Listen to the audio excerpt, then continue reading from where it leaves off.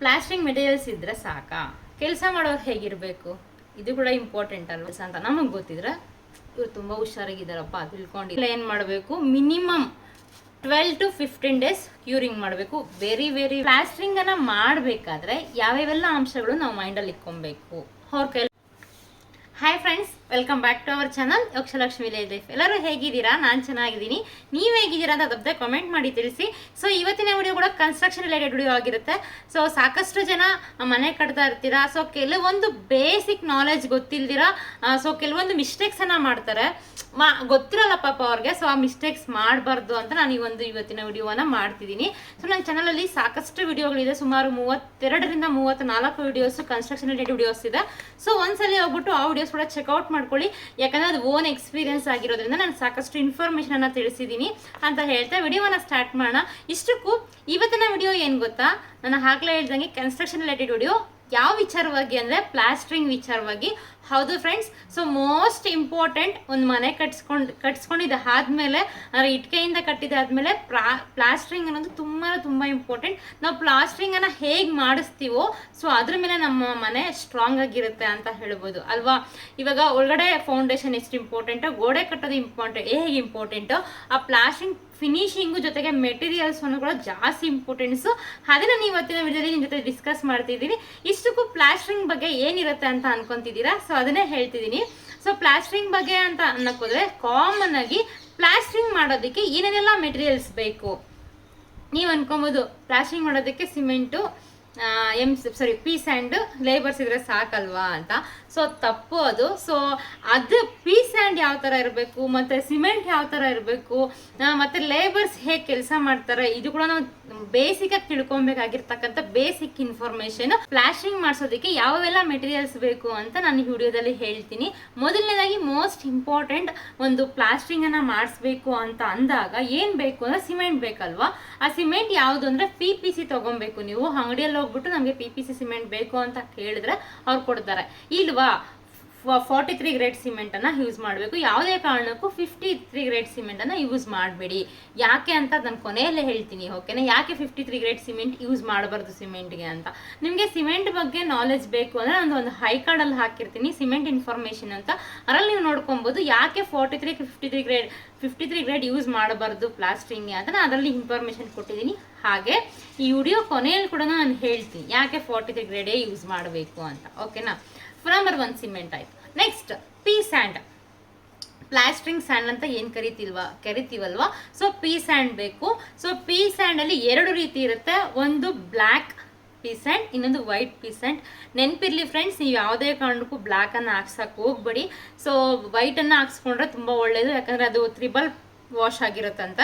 ಜೊತೆಗೆ ಆ ಸಿಮೆಂಟು ಮತ್ತು ಆ ಪಿ ಸ್ಯಾಂಡು ಬೆರೆಯೋದು ನಮಗೆ ಗೊತ್ತಾಗುತ್ತೆ. ಸೊ ಹಾಗಾಗಿ ಚೆನ್ನಾಗಿರುತ್ತೆ. ಅಂದರೆ ಮಣ್ಣಿನ ಅಂಶ ಸ್ವಲ್ಪ ಕಡಿಮೆ ಇರುತ್ತೆ ಯಾವರಲ್ಲಿ, ಪಿ ಸ್ಯಾಂಡಲ್ಲಿ, ವೈಟಲ್ಲಿ. ಹಾಗಾಗಿ ವೈಟನ್ನು ಹಾಕ್ಸ್ಕೊಳ್ಳಿ.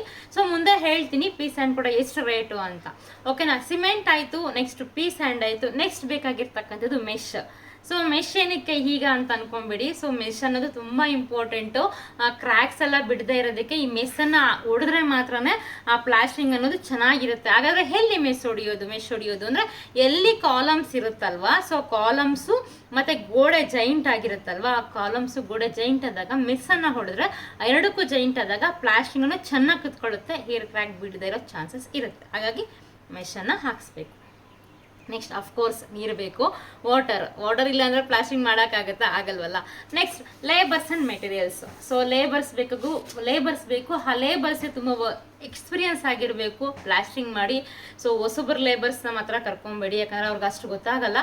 ನೆಕ್ಸ್ಟ್ ಮೆಟೀರಿಯಲ್ಸ್ ಅಫ್ಕೋರ್ಸ್ ಗೊತ್ತು ನಿಮಗೆ, ಕರಣೆ ಮತ್ತು ಮಟ್ಕೋಲು ಇದೆಲ್ಲ ಇರುತ್ತಲ್ವ. ಸೊ ಅದು ಕಾಮನ್ ಮೆಟೀರಿಯಲ್ಸು, ಅದು ಅವರೇ ತರ್ತಾರೆ.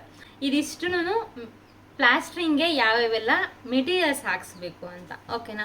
ಹಾಗಾದರೆ ಪ್ಲಾಸ್ಟ್ರಿಂಗ್ ಮೆಟೀರಿಯಲ್ಸ್ ಇದ್ದರೆ ಸಾಕಾ?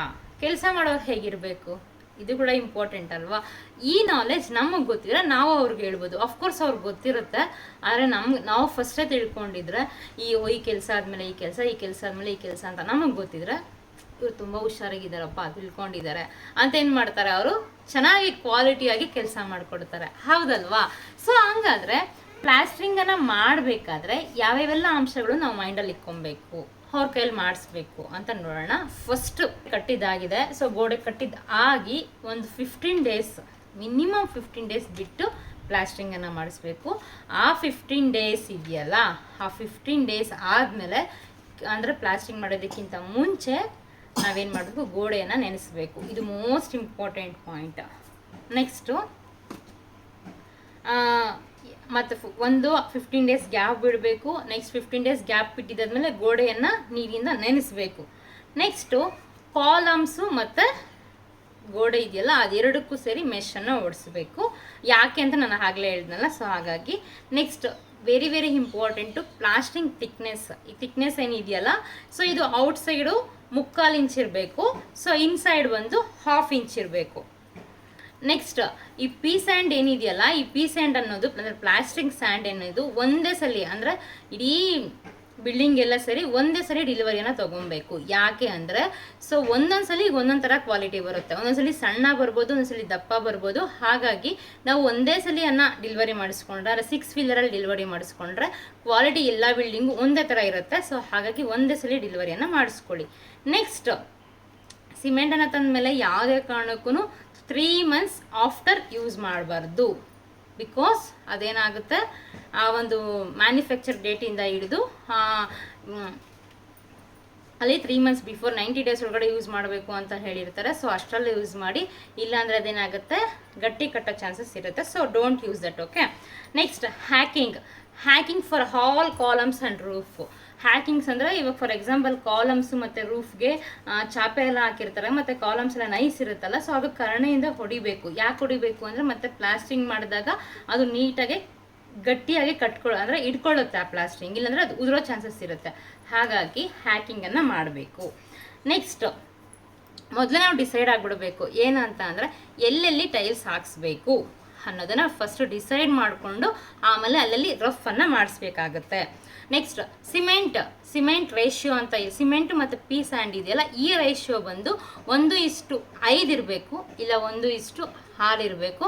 ಸೊ ಇದಕ್ಕಿಂತ ಜಾಸ್ತಿನೂ ಇರಬಾರ್ದು, ಇದಕ್ಕಿಂತ ಕಮ್ಮಿ ಇರಬಾರ್ದು. ಸೊ ಇದು ನೀವು ಒಂದ್ಸಲಿ ಸಿಮೆಂಟನ್ನು ಕಲಿಸ್ಬೇಕಾದ್ರೆ ನೋಡ್ಕೊಳ್ಳಿ. ಓಕೆನಾ.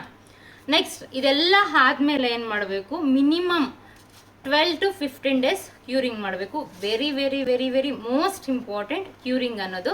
ಸೊ ಕ್ಯೂರಿಂಗ್ ಇಲ್ಲ ಅಂದರೆ ಸೊ ಅಷ್ಟು ನೀಟಾಗಿ ಮಾಡಿಸಿದ್ದು ವೇಸ್ಟ್ ಆಗುತ್ತೆ.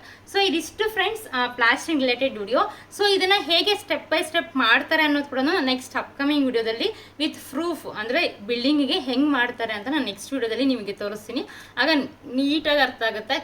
ಲೈಕ್ ಬಾಯಲ್ಲಿ ಹೇಳೋದಕ್ಕಿಂತ ಅದನ್ನು ಮಾಡಿದಾಗ ಆ ಒಂದು ನೋಡ್ತಿರಲ್ಲ ನೀವು, ಇದಾದ್ಮೇಲೆ ಈ ಕೆಲಸ ಮಾಡಿಸ್ಬೇಕು ಅಂತ, ಅವಾಗ ನಿಮಗೆ ನೀಟಾಗಿ ಗೊತ್ತಾಗುತ್ತೆ. ಹಾಗಾಗಿ ನೆಕ್ಸ್ಟ್ ಕೆಲಸ ಮಾಡಿರೋದೇ ವಿಡಿಯೋ ಒಂದಿದೆ, ಅದನ್ನು ಎಡಿಟ್ ಮಾಡಿಬಿಟ್ಟು ನೆಕ್ಸ್ಟ್ ಅಪ್ಕಮಿಂಗ್ ಅಂದರೆ ನಾಳೆ ವಿಡಿಯೋದಲ್ಲಿ ನಾನು ಅದನ್ನು ಅಪ್ಲೋಡ್ ಮಾಡ್ತೀನಿ. ಓಕೆನಾ. ಯಾಕಂದರೆ ಅದು ಸ್ವಲ್ಪ ವಿಡಿಯೋ ಸ್ವಲ್ಪ ಎಡಿಟ್ ಮಾಡೋದಿದೆ. ಹಾಗಾಗಿ ಫಸ್ಟ್ ಹೇಳಿಬಿಟ್ಟು ಆಮೇಲೆ ಅದನ್ನೇ ನಿಮ್ಗೆ ಲೈವ್ ಆಗಿ ಅಂದರೆ ಆ ವಿಡಿಯೋಸ್ ತೋರಿಸಿದ್ರೆ ನಿಮ್ಗೆ ಅರ್ಥ ಆಗುತ್ತೆ ಅಂತ ಆ ಕಾರಣಕ್ಕೋಸ್ಕರ ನಾನು ಫಸ್ಟ್ ಹೇಳ್ತಿದ್ದೀನಿ ಅಷ್ಟೇ.